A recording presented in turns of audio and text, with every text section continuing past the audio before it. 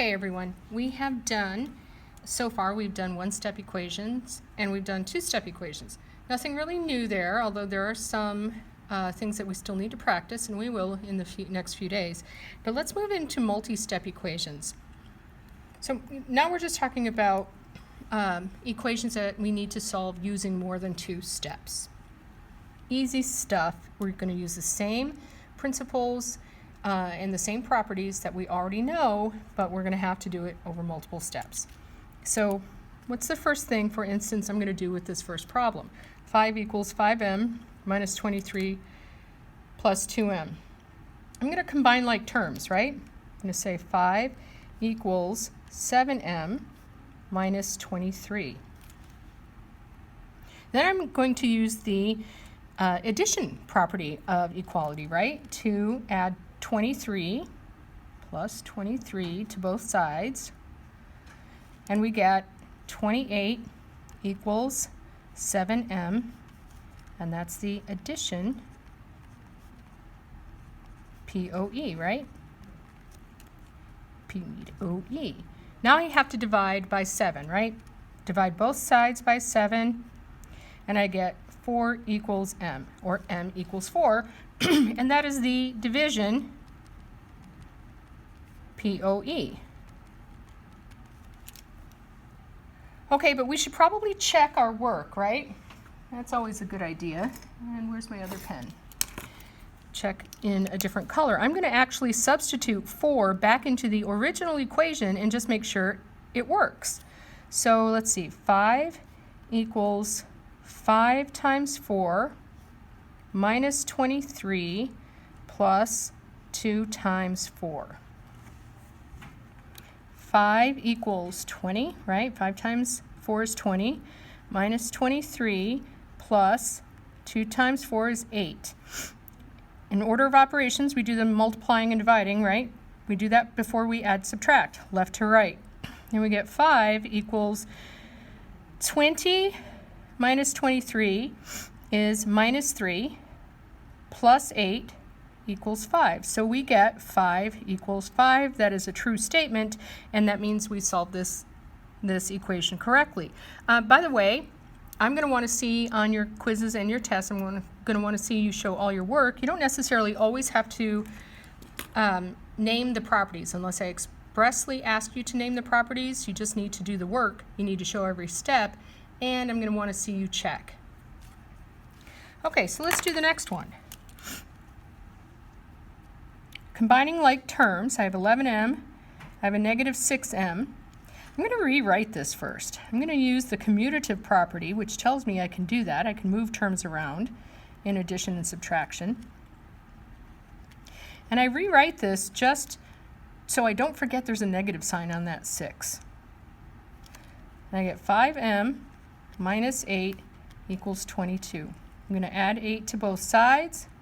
I'm going to get 5m equals 30. I'm going to divide both sides by 5,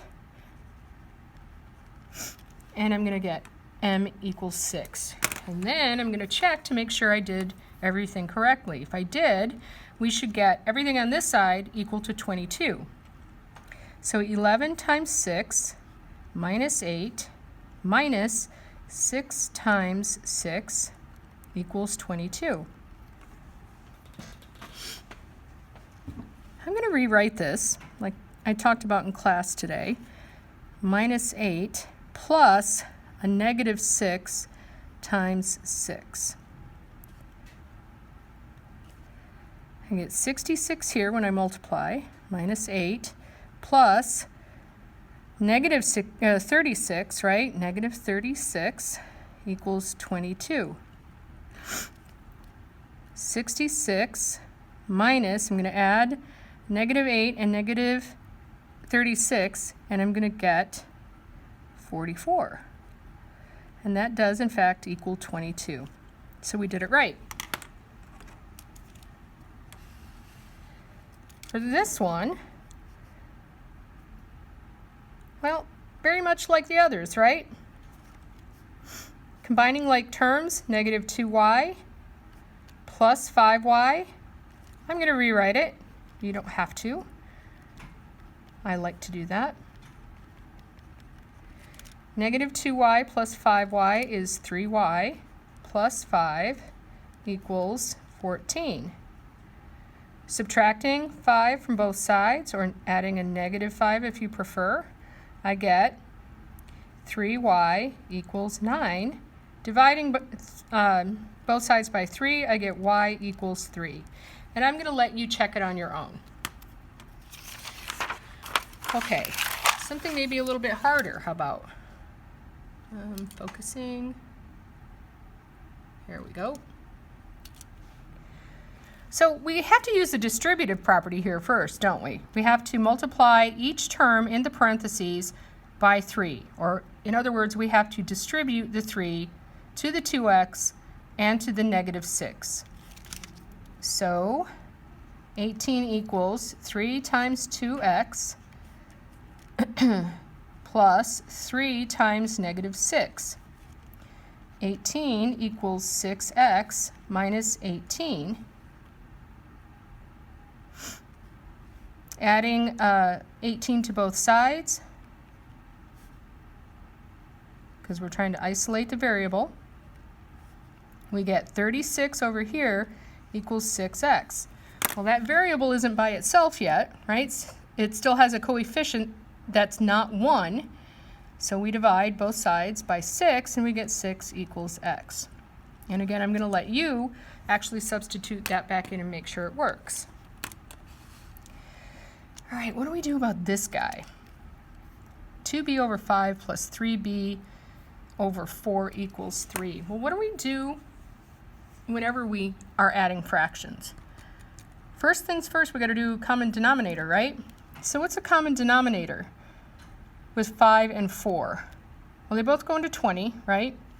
5 goes into 20 4 times. If I multiply the bottom by 4 to get 20, then I have to multiply the top by 4, right? And I have to do the same thing over here. 3b over 4. 4 goes into 25 times, so I multiply the top by 5 and the bottom by 5. And that still equals 3. So over here I get 8b over 20 plus 5 times 3 is 15b over 20, and that equals 3. Now I can add these. I get 23b over 20 equals 13. I'm just adding the numerators. Now I can multiply both sides by 20, and I get 23b equals 60, and b equals 60 over 23. Now, you know I like improper fractions, but I also like simplified improper fractions. Is this in simplified form?